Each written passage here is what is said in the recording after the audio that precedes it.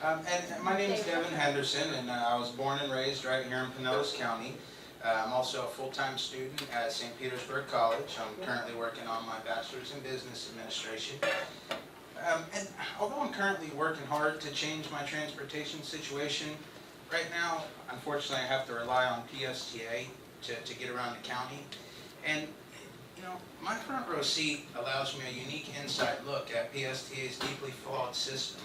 And you know, day after day, I see these enormous buses just running empty or nearly empty down our streets. I'm on them, nearly empty, me and a few other people. And you know, there's also these few certain routes that they're so unsafely overcrowded. And I mean, these are the few that people actually ride.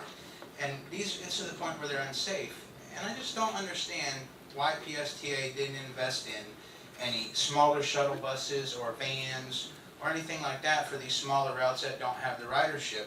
They're just not interested in that. You know, they put the full size or close to the full size on every route. And another issue that really needs to be addressed by PSTA's management that they just refuse to address is their customer service. Okay, it costs nothing to be nice to someone, yet PSTA continues to suffer from horrible customer service and an alarming amount of customer service complaints. You know, in fact, I've witnessed several things. I've witnessed an elderly woman who was being screamed at by the bus driver. He pulled off to the side of the road until we could all come up with the rest of her fare. She was a little short. I witnessed a young mother, being picked on for being on Medicaid by one of the PSTA drivers. And when you bring these incidents up to management, they're not concerned about it, and they're not interested in the least. I've actually been on the bus before when it's been pulled over, and they've taken a dangerous man off the bus, questioned him, searched him, and put him back on the bus while we all sat there for 10 minutes aside the road. Put him back on the bus so we could carry on our way. You know, it's just crazy things happen on the bus, and I don't mean here and there. I mean, you know, this is daily, weekly, you know, all the time. There's always something going on there. You know, as I mentioned, you know, I travel PSTA buses 5 to 7 days a week. I'm 26 years old, and I'm nervous to ride the bus when I get on there. I would never want my grandmother, my mother, anybody that I deeply care about to ride these buses. I just wouldn't. I ride them, and I'm nervous, and I feel like I could possibly defend myself. But a lot of people are defenseless, and I would never want to see them on the bus with me. It's a bad situation.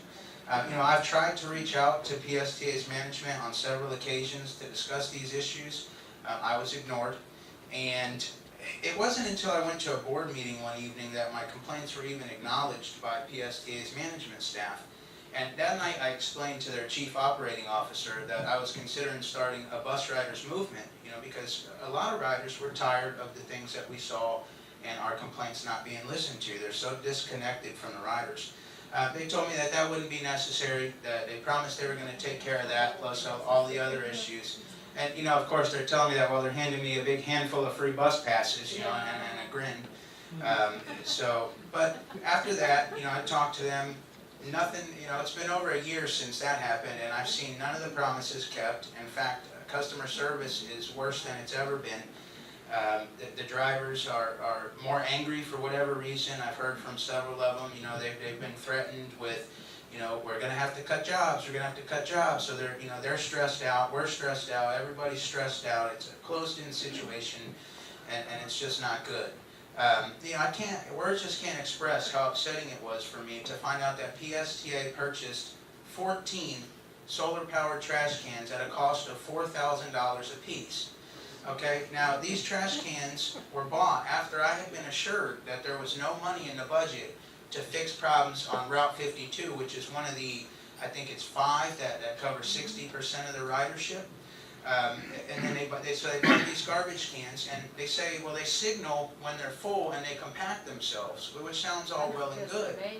But they put these trash cans surrounded by regular run-of-the-mill everyday trash cans that an employee has to come dump on a daily basis. So they're just sitting there wasting money, wasting our money.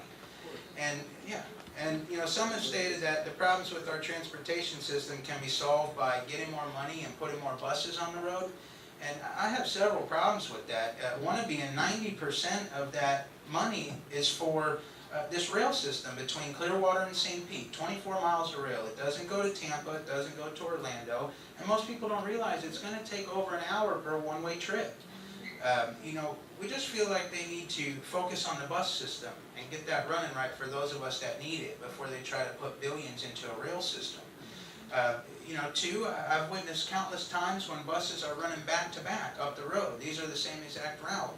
And that's just due to PSTA's lack of supervision and overseeing of the routes. There's policies that are in place for when a bus is running severely late, but I have yet to one time see those policies carried out.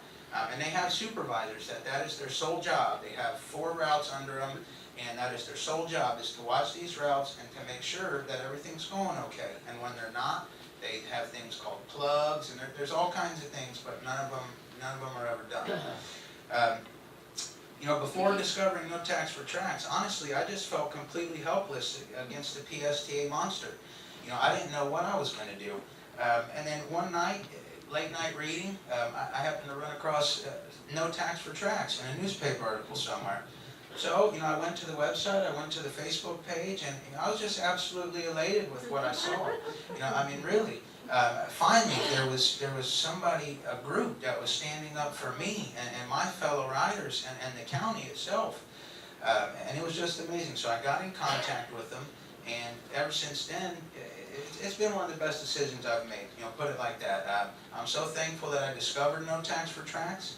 I'm proud to be a volunteer for this organization, one which has a deep care and concern for our community, which is rare these days, to say the least. But, you know, I believe there's a better plan to provide transit for Pinellas residents, and that's why I volunteer many hours of my time to assure Green Light Pinellas is defeated.